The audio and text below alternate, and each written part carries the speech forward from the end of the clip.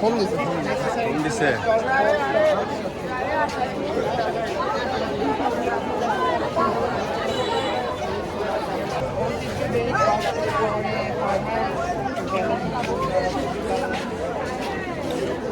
Please explain this. School or college?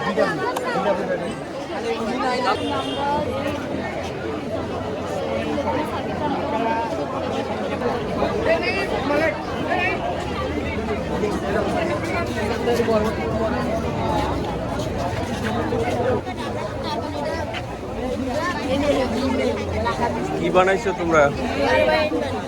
Turbine. এটা দিয়ে কি হবে? বলো বলো।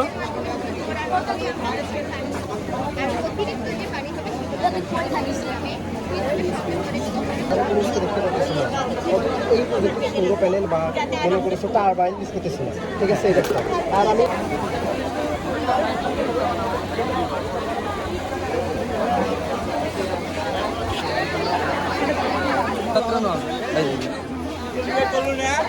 সিন্ডিকেট করলো কিন্তু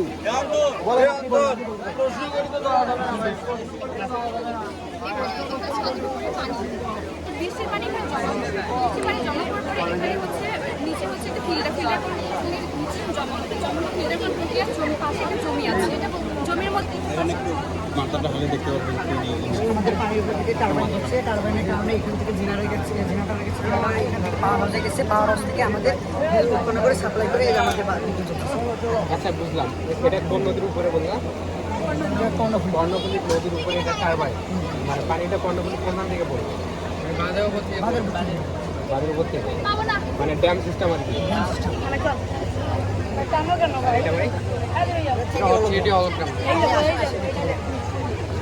এখানে একটু হাললে দেখতে পাবেন, মানে কাপড় দিয়ে একটু হলে দেখতে পাবেন। একটু একটু দেখেন। ওরা মূলত 2D ইমেজ থেকে 3D রূপান্তর করা। আমরা মূলত অপটিক্যাল ইলিউশনের মাধ্যমে ওটা করছি। একটা গ্লাসকে আমরা 45 ডিগ্রি অ্যাঙ্গেলে বসাইছি এবং উপরে যে স্ক্রিনটা আছে ওখান থেকে লাইট রিফ্লেক্ট হয়ে। আচ্ছা, এটা আমাদের উপকারিতা কি? উপকারিতা বলতে শিক্ষাক্ষেত্রে আমরা 3D ভাবে বানাবো। অনেকে বলতে পারে প্রজেক্টর আর কস্ট খুবই অল্প। বলো এইটাতে আমরা মানে যখন প্রশ্ন করবে কস্ট কীরকম, কী কী খাবে, কী মানে এটা কী জন্য ব্যবহার করবে।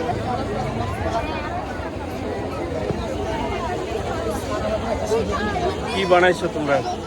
আজকে এটা হচ্ছে নিউরন বানাইছি, নিউরনের প্রজেক্ট বানিয়েছি আমরা। এটা প্রথমটা নিউরনের প্রজেক্ট। নিউরনটা আমাদের স্নায়ুতন্ত্রের একক এবং আমাদের মস্তিষ্ক কোটি কোটি নিউরন দিয়ে তৈরি। নিউরনের কাজ হচ্ছে সাধারণত আমাদের শরীরের এক প্রান্ত থেকে অন্য প্রান্তে সংকেত পরিবহন করা। একটি নিউরনের প্রধানত 3টা অংশ রয়েছে, যার মধ্যে এটা হচ্ছে ডেনড্রাইট, এইটা হচ্ছে কোষদেহ এবং এগুলো হচ্ছে অ্যাক্সন। এই ডেনড্রাইট মূলত অন্য একটি নিউরন থেকে তথ্য গ্রহণ করে এবং গ্রহণ করার পরে কোষদেহ রয়েছে, এখানে তথ্যটা প্রসেস হয় যে পরবর্তী নিউরনে তথ্য যাবে কিনা, এবং তারপর এই অ্যাক্সনের মধ্য দিয়ে তথ্য পরবর্তী নিউরনে চলে যায়। এই যে অ্যাক্সনের উপর যে ছোট ছোট অংশ দেখতে পাচ্ছেন এগুলোকে বলা হয় মায়োলিন স্তর বা চর্বি স্তর। এগুলো বৈদ্যুতিক ইনসুলেটরের মতো কাজ করে, যার ফলে তথ্য লাফিয়ে লাফিয়ে চলাচল করে এবং খুব দ্রুত চলাচল করে।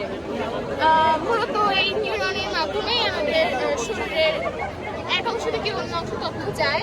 মূলত এই নিউরনের সাহায্যে প্রথমে আমাদের মস্তিষ্কে তথ্যটা পৌঁছায়, তারপর মস্তিষ্কে প্রসেস হওয়ার পর আমাদের হাতের পেশি অথবা পায়ের পেশিকে নির্দেশে সেই অনুযায়ী আমরা কাজ করি।